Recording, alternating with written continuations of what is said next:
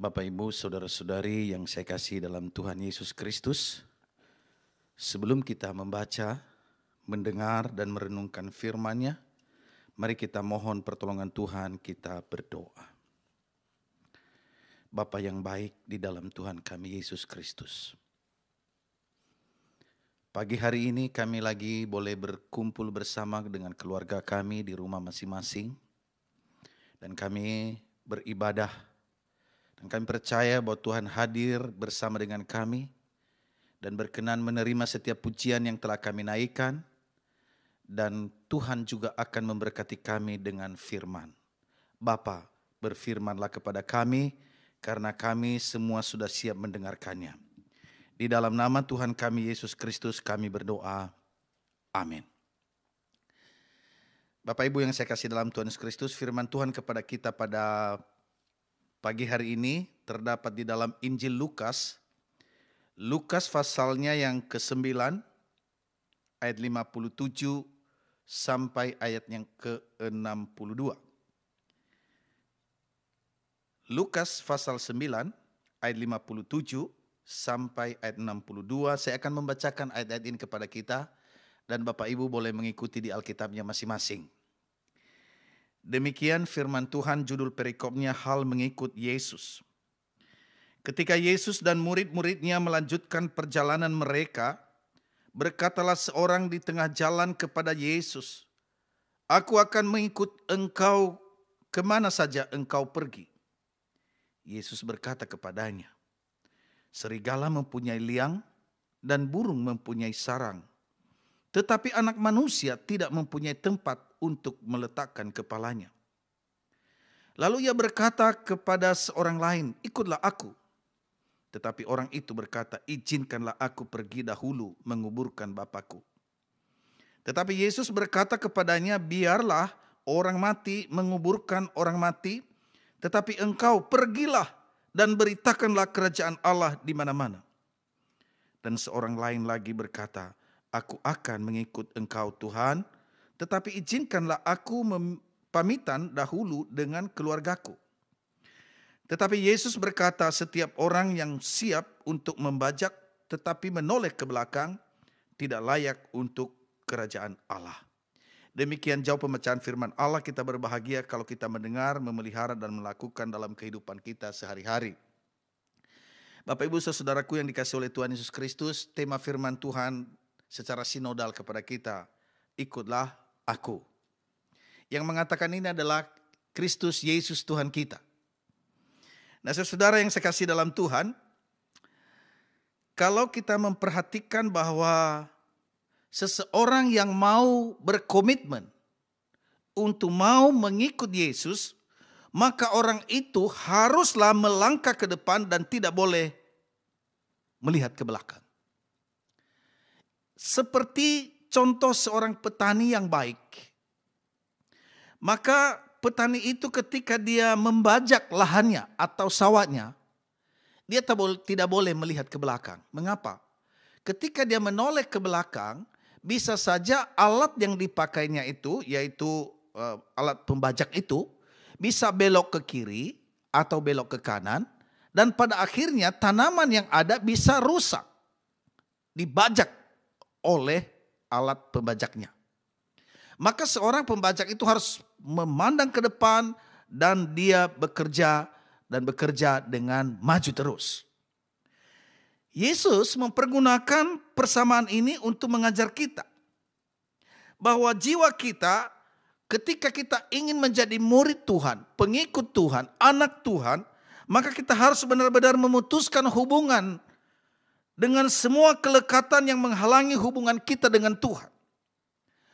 Dalam Injil Lukas pasal ke-9 tadi, saudara, di dalam ayatnya yang ke-57 sampai 62, di situ kalau kita melihat bagaimana tanda bagi seorang murid yang sejati, seorang murid Kristus yang sungguh-sungguh, dan bagaimana tanda bagi orang atau tanda murid yang tidak serius menjadi murid atau pengikut Kristus.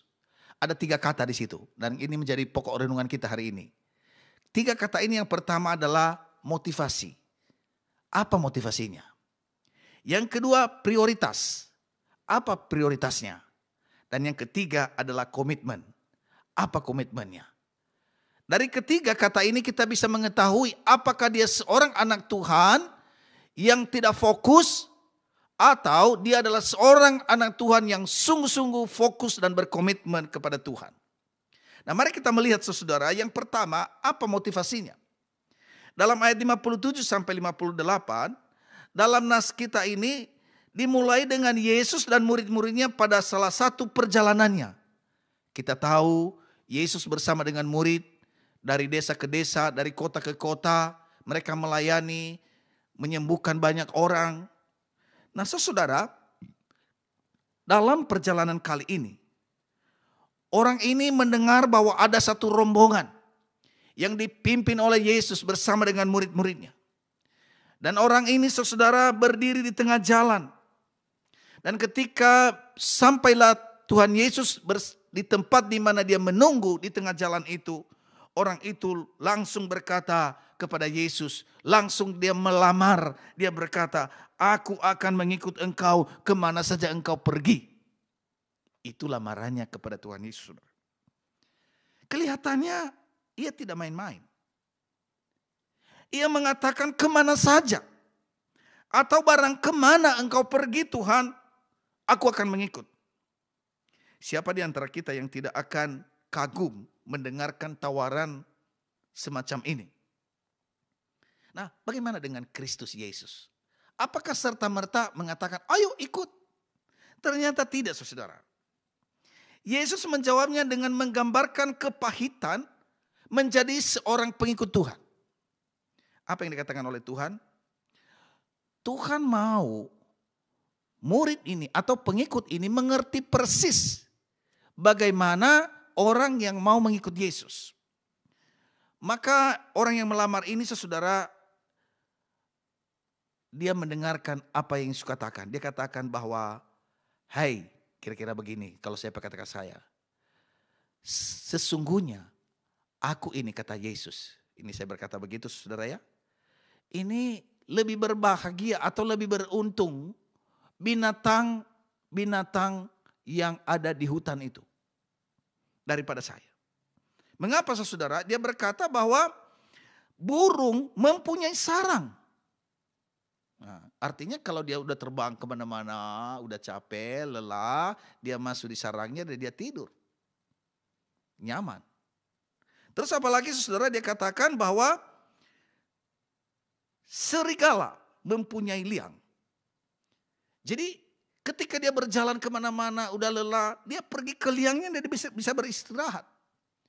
Tetapi Yesus tidak mempunyai tempat untuk meletakkan kepalanya. Kasihan.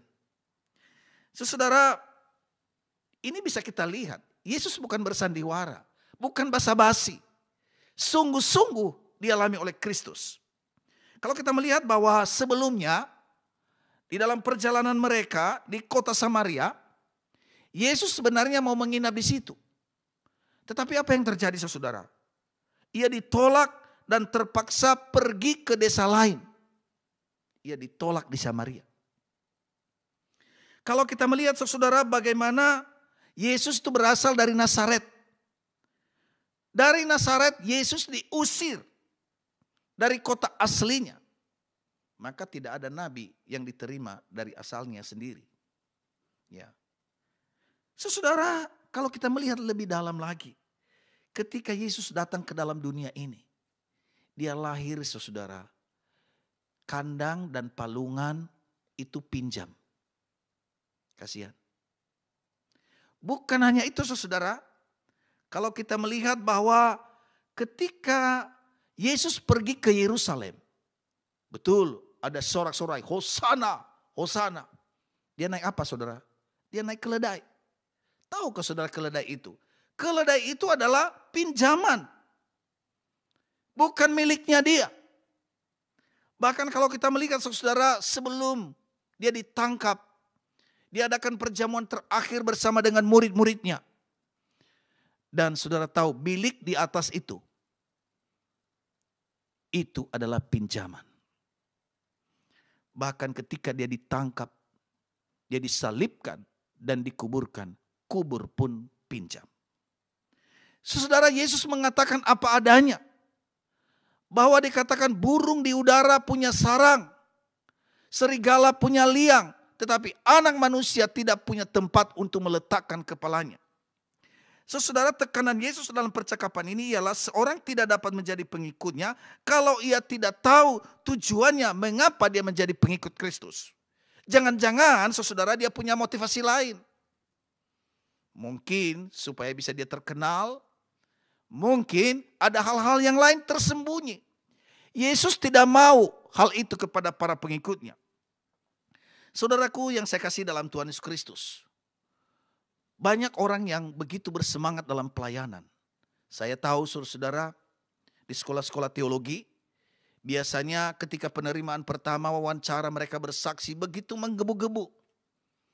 Tetapi ketika mulai kenaikan tingkat, bahkan di wisuda, bisa jadi hanya tinggal 3/4. Bisa 1/4-nya sudah keluar. Bahkan juga dalam pelayanan di gereja saudara. Biasanya ketika terjadi peralihan, biasanya orang yang sudah berganti, mungkin misalnya berapa bulan lagi dia berganti ada nyanyian saudara. Tahu nggak nyanyiannya? Nyanyian begini, sekarang saya telah bebas. Tapi puji Tuhan di GKBI tidak ada. Saya sangat bersyukur untuk itu sebagai pendeta jemaat, bahwa ketika majelis turun masih tetap melayani. Bahkan bisa lebih lagi ketika dia menjabat, dia melayani, memberikan all out. Puji Tuhan saudara. Nah itu berarti motivasinya di dalam melayani Tuhan bukan karena apa-apa. Saudara, Tuhan mau meluruskan hal ini kepada orang ini. Maka yang kedua saudara, setelah digali motivasinya, maka kita bisa melihat saudara bagaimana orang ini. Di dalam bagian firman Tuhan ini kalau kita melihat saudara, di dalam ayatnya yang ke-58, Yesus berkata kepadanya, serigala punya liang dan burung mempunyai sarang, tetapi anak manusia tidak mempunyai tempat untuk meletakkan kepalanya. Bagaimana responnya? Lalu ia berkata kepada seorang lain, ikutlah aku. Tetapi orang itu berkata, izinkanlah aku pergi dahulu menguburkan Bapakku. Ayat 60. Tetapi Yesus berkata kepadanya, biarlah orang mati menguburkan orang mati, tetapi engkau pergilah dan beritakanlah kerajaan Allah di mana-mana. Saudaraku yang saya kasih dalam Tuhan Yesus Kristus, ketika telah diberitahukan oleh Tuhan Yesus tentang keadaannya, maka responnya saudara kita akan melihat dalam prioritas. Ketika dia mendengarkan prioritas pengikut Yesus di dalam bagian firman Tuhan itu, di situ kalau kita melihat di dalam ayat 62, tetapi Yesus berkata, setiap orang yang siap untuk membajak tetapi menoleh ke belakang tidak layak untuk kerajaan Allah. Nah, ayat 59-60 dan kita bisa bandingkan dengan Injil Lukas pasal 10 ayat yang kedua. Di situ dikatakan, katanya kepada mereka, tuaian memang banyak tetapi pekerja sedikit. Karena itu mintalah kepada Tuan yang mempunyai tuaian supaya ia mengirimkan pekerja-pekerja untuk tuaian. Saudaraku yang saya kasih dalam Tuhan Yesus Kristus, dalam bagian ini Tuhan Yesus berbicara tentang kerajaan Allah. Dan di situ dikatakan bahwa kerajaan Allah itu harus diberitakan kemana-mana. Itulah tanggung jawab para murid. Saudara, kalau kita membaca di dalam Injil Matius, di situ dikatakan carilah dahulu kerajaan Allah dan kebenarannya, maka semuanya itu akan ditambahkan kepadamu. Ada dua hal di situ saudara. Yang pertama, carilah dahulu kerajaan Allah dan kebenarannya. Bagi seorang murid Tuhan, yang menjadi prioritasnya apa? Carilah kerajaan Allah dan kebenarannya. Dalam totalitas hidup kita, biarlah kita selalu mengutamakan Tuhan dan kebenarannya. Termasuk dalam hal-hal praktis, saudara. Saya memberikan contoh misalnya. Ketika kita diperhadapkan dengan suatu kenyataan, di mana misalnya kita punya uang. Dan uang ini sebenarnya kita sudah pada waktu terima gaji, ya kita sudah bagi, ada bagian perpuluhan, ada bagian ini dan bagian itu. Tetapi bulan itu saudara, kelihatannya pengeluaran lebih besar. Nah, dana yang masih segar adalah yang untuk Tuhan, perpuluhan. Pertanyaannya, bagaimanakah kita bisa menggunakan kesempatan itu? Apakah kita tetap pada firman Tuhan atau bagaimana? Saudaraku yang saya kasih dalam Tuhan Yesus, respon atau tanggapan kita dalam situasi dan kondisi macam itu ialah kebenaran Allah. Ialah bahwa yang terutama dilakukan adalah taat kepada Allah. Maka saudara, ketika kita taat kepada Allah, kita mengerjakan apa yang kita kerjakan, maka Allah lah yang mengerjakan bagiannya Dia. Tadi saya mengatakan bahwa ada kebutuhan yang lebih, mungkin barangkali dalam tanda petik mendesak. Saudaraku, saya mau mengatakan taatlah kepada kebenaran Allah. Utamakanlah Tuhan. Dan ketika kita mengutamakan Tuhan, saudara, kita tidak perlu mengatur Tuhan. Tuhan yang akan berkarya untuk kita. Lalu yang kedua saudara, dia katakan semuanya itu akan ditambahkan kepadamu. Kata semuanya itu akan ditambahkan kepadamu menunjukkan kepada kebutuhan hidup kita secara komplit, yaitu sandang, pangan, dan papan. Janji Allah kepada kita saudara, Dia akan mencukupkan tepat pada waktunya. Saudaraku yang saya kasih dalam Tuhan Yesus Kristus, saya ada kesaksian sedikit. Pergumulan pribadi ya, dalam kerangka pelayanan. Pada tahun 2018 sebenarnya saya ingin sekali studi. Sebenarnya sih nggak terlalu bagaimana ya. Karena setelah saya mendapatkan S2 MTH, sudah cukuplah untuk gereja. Tapi saya kepingin bukan untuk apa-apa. Dalam hati saya nih, studi aja. Supaya pelayanan lebih baik dan seterusnya. Itu motivasi saya. Tapi melihat kemungkinan tidak memungkinkan, maka saya urunkan niat itu. Tapi pada waktu 2019 ya, 2019 saudara, maka ada gerakan yang begitu kuat. Saya pernah cerita salah satu penatua di GKBI lagi di Pastore. Nah dia bilang sama saya, Pak, pikir-pikir dulu kalau mau studi. Karena kalau udah S3 itu saya tahu itu berat Pak. S2 aja sudah berat apalagi S3. Ya saya bilang betul sih. Karena ada tanggung jawab moral itu. Bukan hanya berat studinya. Kalau gagal bagaimana? Terus bagaimana pembiayaan dan sebuahnya. Tapi saudara, saya tidak mau emosional. Saya cek motivasi saya. Kenapa saya mau studi? Kalau hitung-hitung secara pemikiran, sebentar lagi udah pensiun. Kenapa nggak mau sekolah? Tapi nggak tahu saudara, akhirnya udah jadi aja. Nggak tahu akhir tahun 2019 saya mulai studi. Tahun kemarin. Dan saya sungguh bersyukur bahwa ternyata Tuhan begitu indah menyertainya.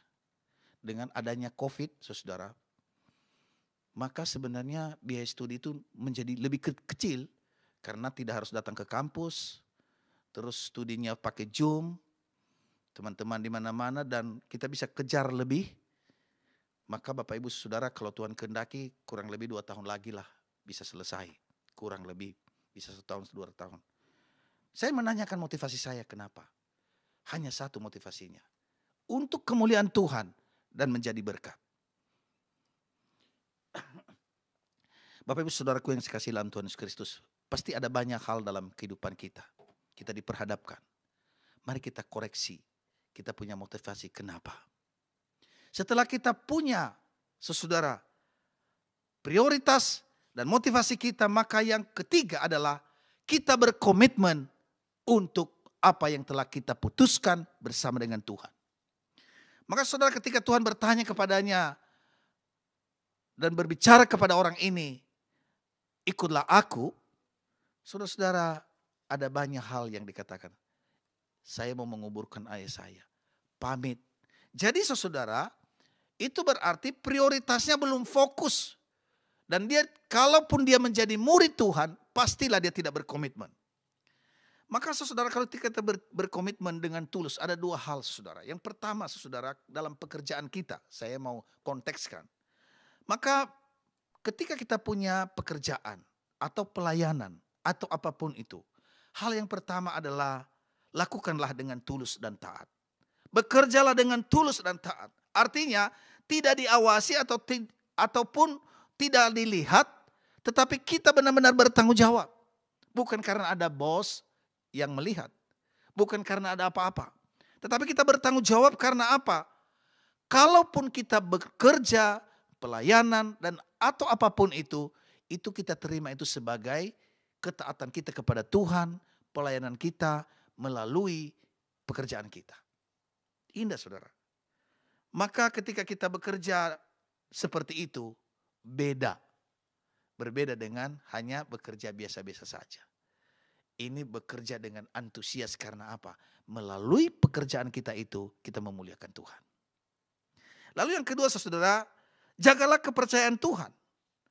Kalau kita boleh mendapatkan pekerjaan itu, atau pelayanan itu adalah kepercayaan Tuhan.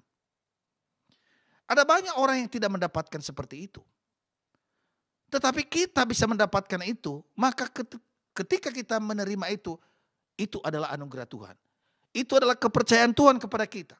Maka kepercayaan Tuhan itu kita harus menjaganya. Pekerjaan apapun yang kita lakukan, usahakan dan apakah itu bisnis atau apapun, itu adalah bagian daripada kepercayaan Tuhan kepada kita. Nah, oleh karena itu saudara, marilah kita menjaga kepercayaan Tuhan. Dan kita fokus kepada Tuhan, maka saya percaya saudara, komitmen itu adalah komitmen yang seturut dengan kehendak Tuhan. Jadi ada 3 hal ini saudara. Yang pertama tadi adalah motivasinya apa. Ketika motivasinya jelas, maka kita tahu prioritas kita apa. Dan ketika prioritas kita sudah jelas, maka kita harus berkomitmen dengan prioritas yang sudah kita canangkan. Saya, saudaraku yang saya kasih dalam Tuhan Yesus Kristus, dalam pelayanan ini, saya berdoa kepada Tuhan supaya motivasi saya dibersihkan oleh Tuhan. Dan prioritas yang ada, melayani jemaat, baik di GKBI maupun di sinode, saya katakan ini adalah kepercayaan. Maka saya serius. Nah, saya mau mengatakan kepada Bapak dan Ibu saudaraku yang dikasihi oleh Tuhan Yesus Kristus, marilah kita sungguh-sungguh dengan sukacita kita boleh melayani Tuhan dengan serius dan nama Tuhan bisa dipermuliakan. Saya ingin menyanyikan sebuah lagu berdasarkan firman Tuhan ini bahwa dalam hidup kita tiada yang lebih indah selain melayani Yesus. Memang ada pergumulan, ada masalah. Tetapi saudaraku yang saya kasih dalam Tuhan Yesus Kristus, yakinlah ketika kita melayani Tuhan, Tuhan akan memberkati kita. Tiada lebih indah.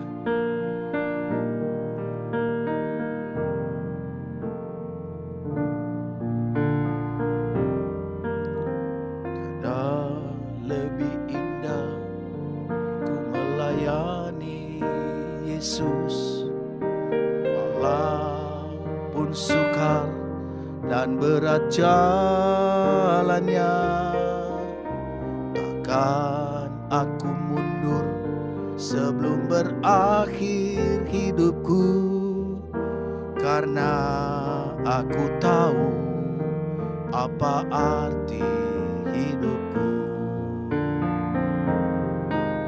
Terindah dalamku telah aku tinggalkan, kasih dalamku telah ku lepaskan. Asal hati Yesus merasa senang selalu, karena aku tahu apa arti hidupku. Ku melayani Yesus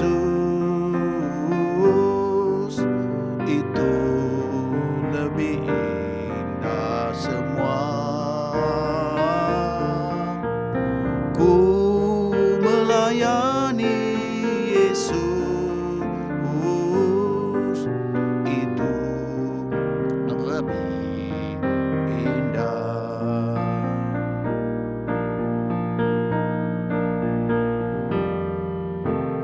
Terindah dalamku telah aku tinggalkan, terkasih dalamku telah ku lepaskan.